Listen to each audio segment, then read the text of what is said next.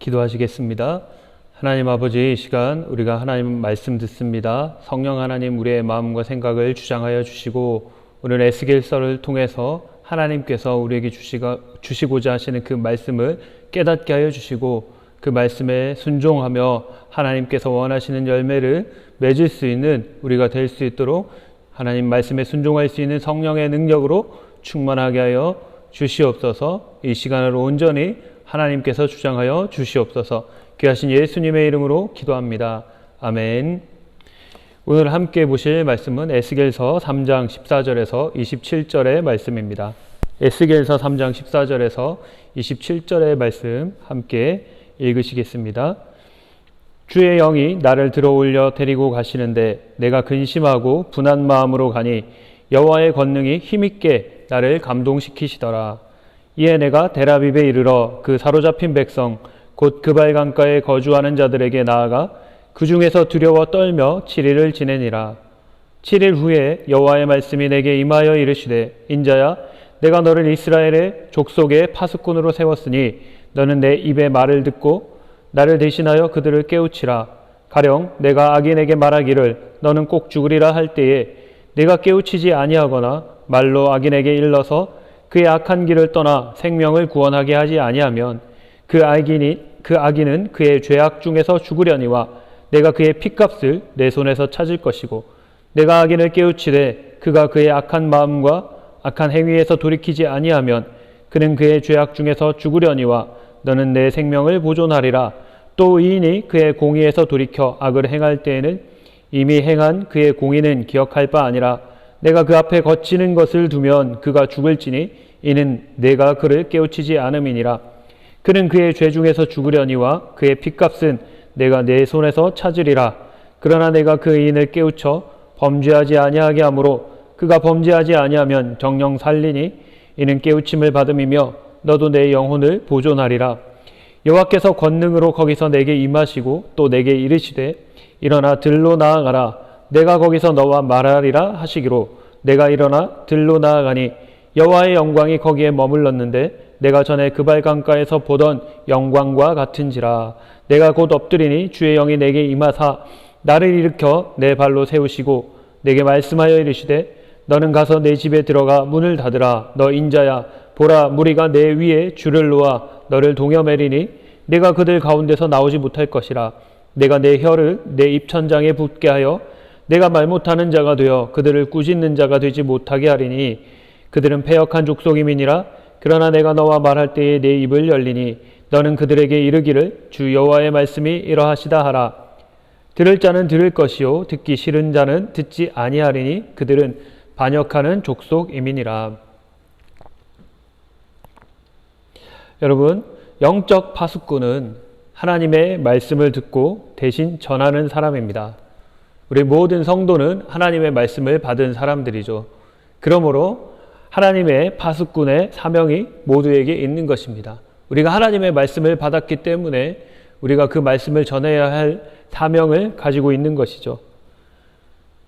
듣는 사람들이 그 파수꾼의 신호를 듣고 어떻게 반응할 것인가 하는 것은 파수꾼의 책임이 아닙니다. 파수꾼의 책임은 말씀을 전하는 데 있는 것이죠. 성을 지키는 파수꾼은 적들이 오는 것을 백성에게 알려야 할 책임이 있습니다. 그러나 파수꾼의 알리는 소리를 듣고 그 백성들이 어떻게 반응할 것인가 하는 것은 파수꾼의 역할이 아닙니다. 그것은 각자의 선택입니다. 파수꾼이 그들을 반응하지 않는 자들을 억지로 반응하게 만들 수는 없는 것이죠. 파수꾼의 신호에 반응하지 않는 사람들은 적에게 죽임을 당할 것이고 그들의 성은 파괴가 되는 것입니다. 미리 대비하지 않았기 때문입니다. 하나님의 말씀은 우리를 죽지 않도록 미리 대비하게 하시는 파수꾼의 나팔 소리입니다. 이스라엘은 파수꾼의 나팔 소리인 하나님의 경고의 말씀을 무시했고 이에 바벨론 군대가 쳐들어와서 예루살렘이 파괴되었고 많은 사람이 죽임을 당했습니다. 하나님의 말씀을 듣지 않으면 영적으로만 죽는 것이 아니라 육체적으로도 죽게 되는 것이죠. 백성에게 회개하라고 외치는 선지자의 말은 이런 일을 당하지 않도록 울려 퍼지는 파수꾼의 나팔 소리, 하나님의 나팔 소리인 것입니다. 하나님께서 에스겔 선지자를 이러한 파수꾼의 사명을 맡은 자로 부르셨습니다. 하나님께서는 에스겔에게 내가 너를 이스라엘 족속의 파수꾼으로 세웠으니 너는 내 입에 말을 듣고 나를 대신하여 그들을 깨우치라 라고 말씀하십니다. 영적 파수꾼은 하나님을 대신하여서 사람들에게 하나님의 말씀을 깨우치는 사명을 받은 것입니다. 에스겔서 3장 전반부를 보시면 에스겔이 환상 중에 하나님으로부터 말씀 두루마리를 받아 먹습니다. 그것을 먹었을 때 에스겔의 입에 꿀같이 달았다라고 말하고 있습니다. 하나님께서는 에스겔이 받아 먹은 그 말씀을 소화시키고 이스라엘 족속들에게 그대로 전하라고 명령하셨습니다. 그러나 말씀을 먹는 것은 꿀처럼 단 일이었지만 그 말씀을 전하는 것은 꿀처럼 단 그런 좋은 일이 아니었습니다. 그들은 말씀을 듣는 이스라엘 족속은 이마가 굳고 마음이 굳어서 에스겔이 하나님 말씀을 전하여도 그들이 듣지 않을 것이라고 하셨습니다. 그래서 하나님께서는 에스겔이 그 이스라엘 백성들의 얼굴을 마주 볼 수 있도록 그의 얼굴과 에스겔의 얼굴과 이마를 금강석같이 굳게 하였으니 그 하나님의 말씀을 귀로 듣고 마음으로 받아서 백성들이 듣든지 듣지 않든지 무서워하지 말고 전하라고 하십니다. 하지만 그 일 후에 에스겔은 백성들 중에 거하면서 두려움에 사로잡혀서 7일을 지냅니다. 그 에스겔에게 하나님께서는 다시 나타나셔서 받은 말씀을 전하라고 다시 말씀하시는 것입니다. 앞번에 에스겔을 격려하고 힘을 주셨다면 이번에는 에스겔에게 파수꾼의 사명을 반드시 다 하라고 경고의 말씀을 주고 계십니다. 죄인이든 의인이든 그 사람들이 죄 가운데 있는 것을 보고도 에스겔이 파수꾼으로서 그들에게 말을 하지 않아서 그들이 회개하지 않는다면 그들은 죄 가운데에 죽을 것이고 에스겔에게서도 하나님은 그 핏값을 찾으시겠다라고 말씀하십니다. 그러나 에스겔이 하나님 말씀을 전하였어도 그들이 회개하지 않는다면 그들은 죽을지 몰라도 에스겔은 생명이 보존될 것이라고 하십니다. 에스겔에게 책임이 없다라는 것이죠. 또한 에스겔이 말씀을 전함으로써 죄인이건 의인이건 돌이키면 그들도 살고 에스겔도 살게 될 것이라고 말씀하십니다. 하나님께서는 의인도 죄를 지으면은 죽이시고 악인도 회개하면은 살리시는 하나님이십니다. 지금 어떻게 하느냐? 하나님 말씀을 들을 때에 지금 어떻게 하느냐가 중요하다라는 것이죠. 이제 에스겔은 그가 사람들이 두려워도 자기의 생명을 위해서라도 말씀을 전해야 합니다. 그에게 보여주신 하나님의 영광이 지극히 크고 그가 받은 말씀이 엄중하기 때문입니다. 사도 바울도 자기가 받은 복음의 사명에 대해서 이렇게 말했습니다. 내가 복음을 전할지라도 자랑할 것이 없음은 내가 부득불할 일임이라. 만일 복음을 전하지 아니하면 내게 화가 있을 것이로다. 내가 자의로 이것을 행하면 상을 얻으려니와 내가 자의로 하지 아니한다 할지라도 나는 사명을 받았노라. 그리스도인인 모든 성도들에게는 에스겔과 같은 파수꾼의 사명이 있는 것입니다. 하나님께 말씀을 받은 사람은 자기만 살기 위해서 그 말씀을 간직하고 있는 것이 아니라 다른 이들도 죽지 않고 살 수 있도록 전해야 한다라는 것이죠. 죄를 보면 돌이키고 회개하라고 말해야 하고 복음을 들어보지 못한 사람이 있다면 그 복음을 들을 수 있는 기회를 줘야 한다라는 것입니다.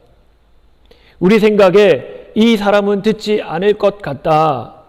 이 사람은 내가 이 복음을 말하면 나를 공격할 것 같다라는 생각이 들지라도 전해야 한다라는 것입니다. 왜냐하면 우리는 임무를 맡았기 때문입니다. 사명을 받았기 때문입니다. 그러므로 우리는 하나님께 우리의 얼굴과 이마를 에스겔처럼 금강석같이 굳게 하여 주시기를 구해야 할 것입니다.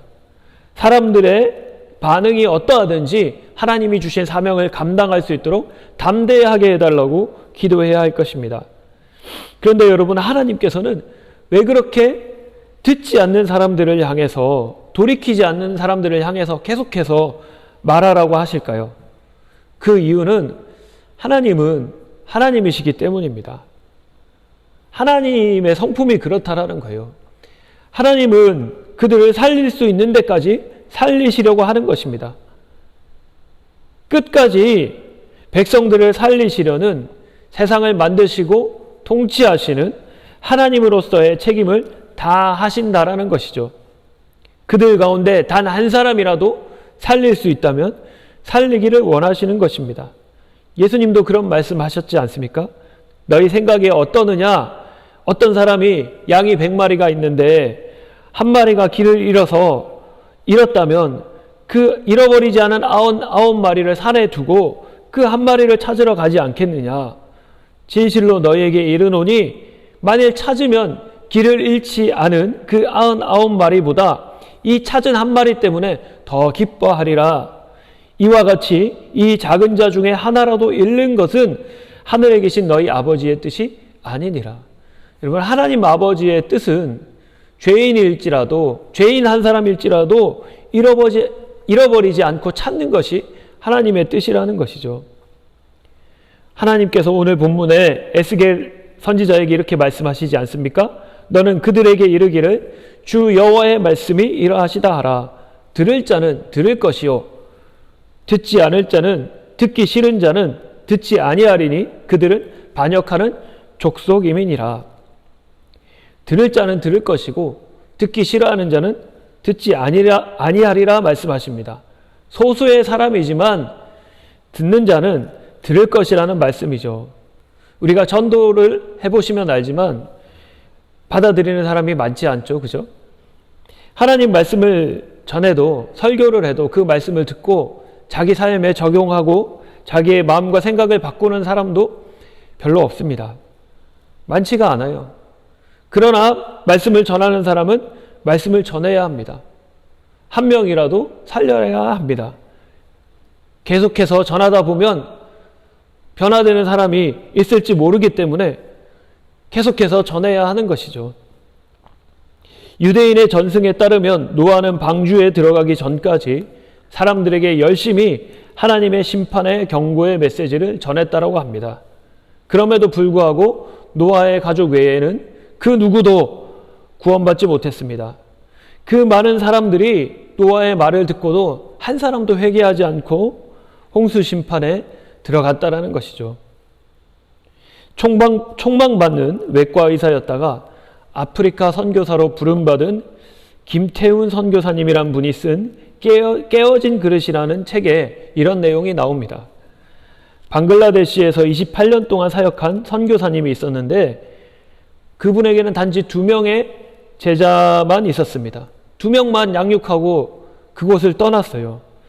그런데 그 2명의 제자 중 한 사람은 무슬림이었는데 영어 선생님이었던 이 무슬림 제자가 예수님을 영접한 다음 목회를 시작했습니다. 그리고는 수십 개의 교회를 개척하고 많은 사역자들의 멘토가 되어서 지금도 열매를 넘치도록 맺고 있다고 합니다. 그가 그런 일들을 할 것이라고 그 선교사님이 생각을 했을까요? 아무도 선교사님이 맺은 그 2사람의 열매가 그렇게 많아질 것이라고 생각하지 못했을 것입니다. 사도 바울의 말처럼 자라게 하시는 이는 하나님이시죠. 씨를 뿌리고 심고 물을 주지만 그 씨가 싹도 나지 않고 땅속에서 죽어버릴 수도 있습니다. 물을 아무리 주고 거름을 줘도 자라지 않고 시들어버릴 수 있습니다. 그러나 자라게 하시는 이는 하나님이시기 때문에 우리는 알 수도 없고 어떻게 할 수도 없습니다. 자라게 하는 것은 저와 여러분의 책임이 아닙니다. 그러므로 우리는 우리의 할 일인 파수꾼의 사명을 다 하면 되는 것입니다. 우리는 어떻게 하면 더 잘 심을 수 있을까? 어떻게 하면 물을 더 잘 줄 수 있을까? 고민하고 기도하고 힘쓰되 우리 눈앞에 보이는 열매가 또 사람들의 반응이 좋지 않거나 없다라고 해서 우리 스스로를 자책할 필요는 없습니다. 자라나게 하는 것은 우리가 하는 것이 아닙니다. 전도서 말씀에 풍세를 살펴보는 자는 파종하지 못할 것이요 구름만 바라보는 자는 거두지 못하리라 라고 했습니다. 우리가 사람들 눈치만 본다면, 세상에 돌아가는 것만 본다면 우리가 아무것도 못할 거예요. 아무것도 하지 않는다면 안전할 것입니다. 그러나 거두는 것도 없을 것입니다. 우리가 듣지 않는 사람에게, 반응하지 않는 사람에게 집중할 것이 아니라, 그들의 반응에 집중할 것이 아니라 우리가 해야 할 사명에 집중해야 할 것입니다. 그 말이 말씀을 듣는 사람들에 대한, 내가 사역하는 그 사람들에 대한 사랑이 없이 사명만 감당하면 된다라는 말이 아닙니다. 사랑하기 때문에 반응이 없어도, 듣지 않아도 전해야 하는 것이죠. 그것이 하나님 아버지의 마음입니다. 그래서 우리는 교회에서 섬기는 일이든 말씀을 전하는 일이든 내가 뭔가 봉사해주는 어떤 대상이건 간에 그들이 내가 원하는 반응을 보이지 않고 오히려 우리에게 상처를 줄지라도 하나님처럼 꾸준하게 그들을 품고 가야 합니다. 그들에게 하나님 아버지의 마음을 보여줘야 돼요. 그들이 거역하고 오히려 나를 공격할지라도 우리를 품어주시고 사랑하시는 그 모습을 우리가 그대로 보여줘야 한다라는 것입니다. 그렇기 때문에 오늘 우리는 에스겔처럼 기도해야 할 것입니다. 우리가 에스겔처럼 우리의 얼굴이, 우리의 이마가 금강석처럼 강하지 않다면 우리는 좌절하거나 하나님 주신 사명을 감당할 수 없을 것입니다. 우리가 사람들이 듣거나 듣지 않거나 반응을 보이거나 보이지 않거나 하나님이 우리에게 주신 사명을 잘 감당할 수 있도록 우리를 강하게 하여 주시옵소서. 파수꾼의 사명을 감당하게 하여 주시옵소서. 우리가 다 같이 그렇게 기도하기를 축복합니다. 기도하겠습니다. 하나님, 오늘 에스겔에게 파수꾼의 사명을 주신 것처럼 우리에게도 그 사명 주신 것을 믿습니다. 오늘 우리의 이마와 얼굴을 금강석같이 에스겔 선지자처럼 강하게 하여 주시기를 원합니다. 그래서 우리가 포기하거나 낙심하거나 주저하지 않고 두려워 떨지 아니하고 우리에게 맡겨주신 그 일들을 감당하는 충성스러운 파수꾼의 역할을 감당하게 하여 주시고, 많은 사람들이 우리의 부족한 모습에도 불구하고 하나님의 말씀을 듣고 우리의 사역을 통해서 주님 앞에 돌아오고 주님께 반응할 수 있도록 은혜와 자비를 베풀어 주시옵소서. 감사와 찬양 드리며 귀하신 예수님의 이름으로 간절히 기도합니다. 아멘.